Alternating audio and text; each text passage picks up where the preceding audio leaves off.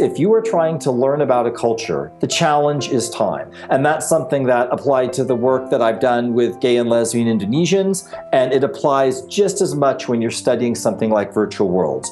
You have to live inside the community that you're studying. My name is Tom Boellstorff. I'm a professor in the Department of Anthropology at the University of California, Irvine. And in Second Life, I'm a digital ethnographer.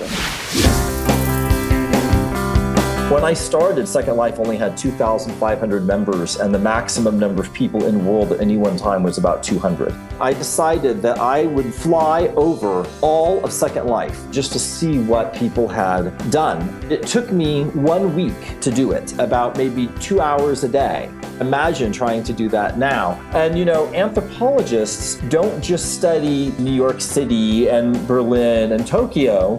We go to little villages. From studying a small community, we can learn about the realm of possibility for human experience.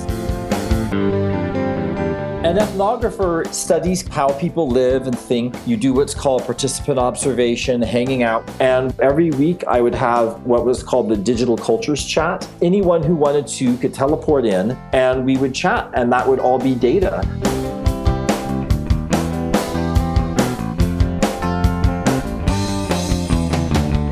The thing that is special about virtual worlds is that they are places. People will say you go on Facebook or something like that, but you go in Second Life. And for some people, they experience Second Life solely for gameplay. But that's still very different from saying it's a game. People can do things together, and that can create social interaction that can be meaningful because you're not just talking about something that you've done elsewhere, you're doing something.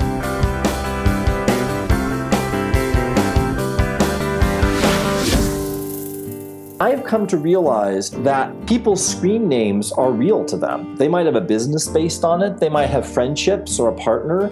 There can be many reasons why people might want to have a name that isn't tied to their physical world identity. It is not necessarily for the purpose of deception. There are people who are thinking about changing their gender without having to let the people around them know. The era of big data that Facebook and Google and other folks are using, where they're making money off of knowing everything about you and selling that, in a Edward Snowden era, now the idea of Second Life has gone from being behind the times to being sort of cutting edge again.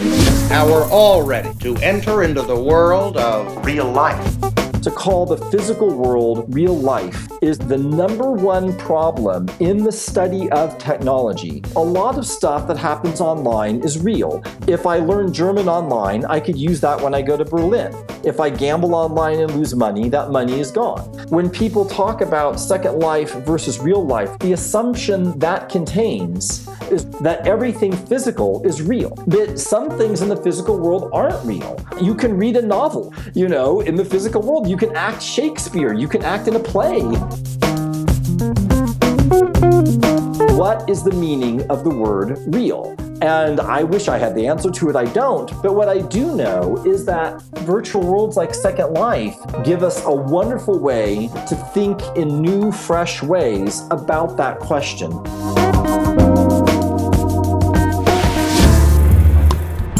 If the virtual reality stuff ends up sticking, virtual worlds are definitely one of the top things that they would be used for, right? But it's not going to take over virtual worlds. It's just one more way of accessing them. We also know from the broader study of internet technology that for a lot of people, the most powerful experiences they have with technology is when their husband texts them, "I love you," and it's using SMS. A big issue is this tendency to assume that what's important is either what's new or what's big. I will have people say, you know, Second Life is 10 years old. Why are you still studying it? I never have people say, why are you still going to Indonesia?